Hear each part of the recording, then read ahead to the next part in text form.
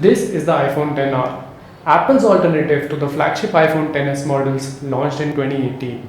This became an instant success because of its premium design and an affordable price. Many of my friends recently have been thinking of buying the iPhone XR too because of the recent price drops. Should you buy it or should you still hold your iPhone XR? In this video, I'll be talking about that. So guys, my name's Kev, you're watching Noise Tech, and this is the 1.5 year review of the iPhone XR in 2020.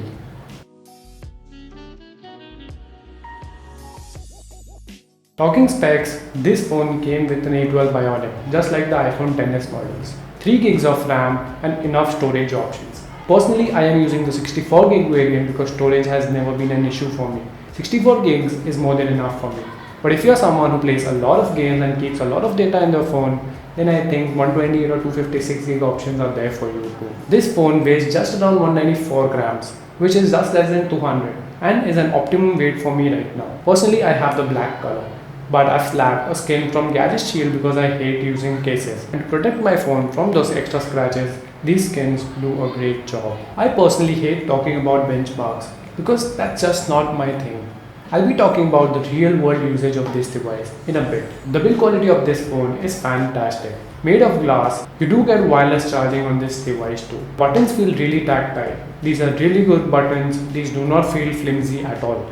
The button placement is really fantastic and each and every single button can be easily reached. The screen size is the perfect for me. For you personally, it might be big or it might be small. This is the perfect size for me. 5.8-inch iPhone is a little small for me, and the 6.4, 6.5-inch Max series, they are big.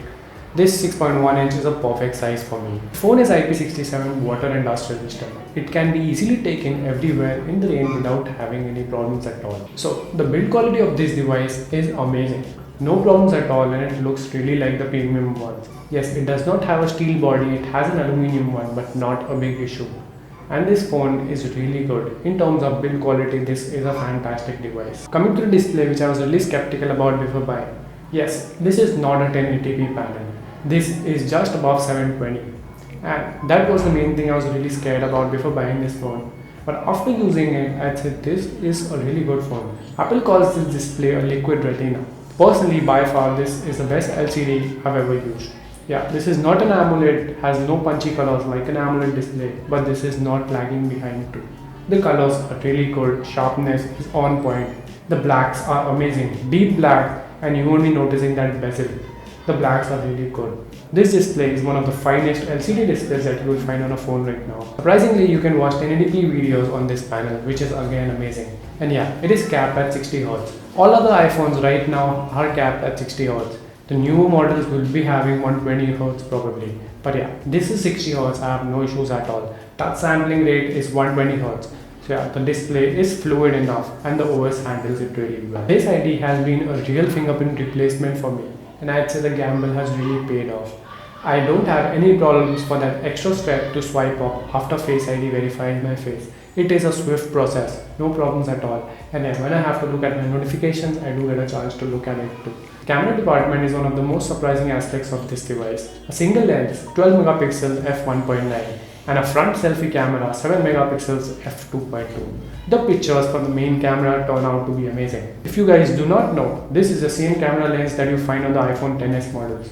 So yeah, this is a flagship camera lens, no problems at all. The dynamic range, colors, sharpness are on point. Yes, this looks very iPhone-ish to you. The saturation is not really high.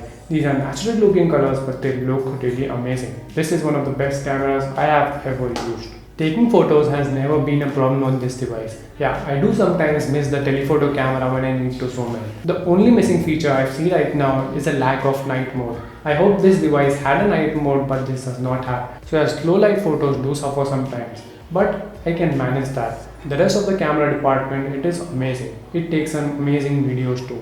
This is one of the best video cameras I have ever used, personally, even in 2020. 4K 60 FPS is amazing. 1080p to 40 FPS slow motion videos are amazing. Normal video quality 1080 60 FPS is amazing. The video qualities are sharp. The dynamic range is fantastic. It does not really blow your highlights too. The camera department is really good. The 7 megapixel selfie camera is also amazing. It takes some great pictures. Yes, this is not the best selfie camera out there, but this does the job. And selfie camera, I don't think you need a very high megapixel count on it. Now you need night mode.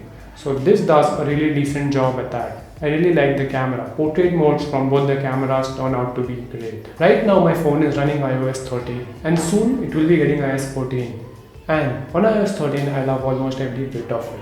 Yes, there have been some buggy updates from iOS, which is why I stopped updating it from iOS 13.2.2. This has been a great daily driver for me. The performance on this device has been really great. I can easily play graphic demanding games at no problems at all. COD Mobile, PUBG Mobile, you can play them at high traffic settings without having any problems at all. I've been playing these games regularly, and especially after the enforcement of the lockdown, these games have become a daily go-to app for me.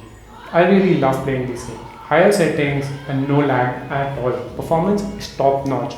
Dual firing speakers too, one at the top in the earpiece and one is the main speaker at the bottom next to a lightning port.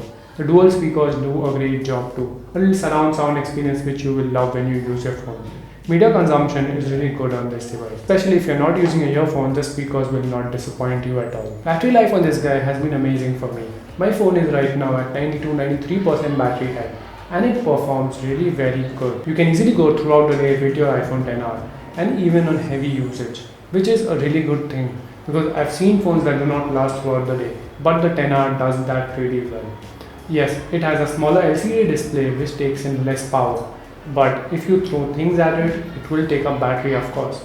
But the battery performance of this guy is really good. I get 7 to 8 plus hours of screen on time daily on this phone. Until this date, I can say that there has been no visible degradation in the battery life. I still get day 1 performance in terms of battery. Okay, so the iPhone XR is a really worthwhile investment. Future updates make this phone future proof until 2024 or 2025. You can easily use it as a daily driver for the next 3 to 4 years, barring the battery health. If that degrades a lot, you can get a battery replacement. But this phone will turn out to be really good in the future. This has got some great specifications. Yes, it does have its own downsides. Does not have an OLED display or a lack of night mode. But the cameras are fantastic. The display is more than decent. If you're a normal user, you won't have any issues. Performance, if you're a power user, no problem at all. This can handle anything you throw at it. Battery life, fantastic. Bluetooth outputs, fantastic. Connecting Wi-Fi and everything, no issues at all. The output from this device is really good. And I do expect it to be this good for the next 3 to 4 years easily. Or if Apple does not do something with it in its updates. I'd say this phone is really good and you can easily make it as a daily driver. So if you're getting a good discount on it, I'd say go for the iPhone XR. And if you still have it, I'd say hold it for the next 2-3 years and you'll be good to go. So guys, that's pretty much it. If you end up liking this video, do hit the like button, smash that subscribe button, enable notifications, and I'll see you in the next one.